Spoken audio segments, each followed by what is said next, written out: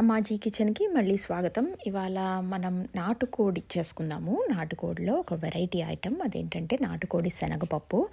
మీరు నాటుకోడి పులుసు, నాటుకోడి ఇగురు ఇవన్నీ ట్రై చేసే ఉంటారు. ఇవాళ మనం నాటుకోడి శనగపప్పు చూద్దాము. అది చాలా బాగుంటుంది, టేస్ట్కి వెరైటీగా కూడా ఉంటుంది. సో మనం మామూలు పప్పులాగా ఉండదు, ఇది నాటుకోడి టేస్టే వస్తుంది, కానీ స్పెషల్గా ఉంటుంది అనమాట. దీనికి ఫస్ట్ మనం ప్యాన్లో కొంచెం ఆయిల్ వేసుకుని గరం మసాలా దినుసులు వేసేసుకుని లైక్ ఆకు, చెక్క, లవంగాలు వేసుకుని తర్వాత ఉల్లిపాయ సన్నగా కోసుకొని దాన్ని అందులో వేసేసి ఉప్పు, పసుపు వేసి కాసేపు మగ్గనివ్వాలి. తర్వాత మన అల్లం వెల్లుల్లి పేస్ట్ వేసేసి ఇంకొంచెం మగ్గనించి తర్వాత ఇవి వేసేసుకోవాలి, మన చికెన్ ముక్కలు, నాటుకోడి ముక్కలు అందులో వేసేసుకొని, ఇక్కడ మేము ఒక 1/2 kg నాటుకోడి ముక్కలు తీసుకున్నాము. దానికి మళ్ళీ ఉప్పు, పసుపు వేసి బాగా కలిపి ఒక 2-3 నిమిషాలు మగ్గనివ్వాలి.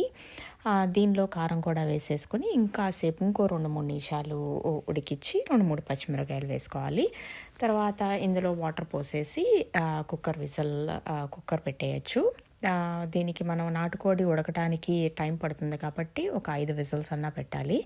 ఒకవేళ ఇంకా నాటుకోడి ఇంకా ముదురుగా ఉంది అనుకుంటే ఇంకో 2-3 విజిల్స్ ఎక్కువ పెట్టుకోవచ్చు. మేమైతే ఇక్కడ 5 విజిల్స్కి మా నాటుకోడి ఉడికిపోయింది. తర్వాత మనం ఇందులో వేసుకోవడానికి మసాలా రెడీ చేసుకుందాము. అదేంటంటే దానికి ఒక 2 స్పూన్లు గసగసాలు, 2 స్పూన్లు పచ్చి కొబ్బరి, ఒక 5-6 క్యాష్యూస్ అంటే జీడిపప్పు అది కూడా రెడీ చేసుకొని ఇవన్నీ మిక్సీలో వేసేసుకొని ఒక పేస్ట్ చేసుకోవాలి.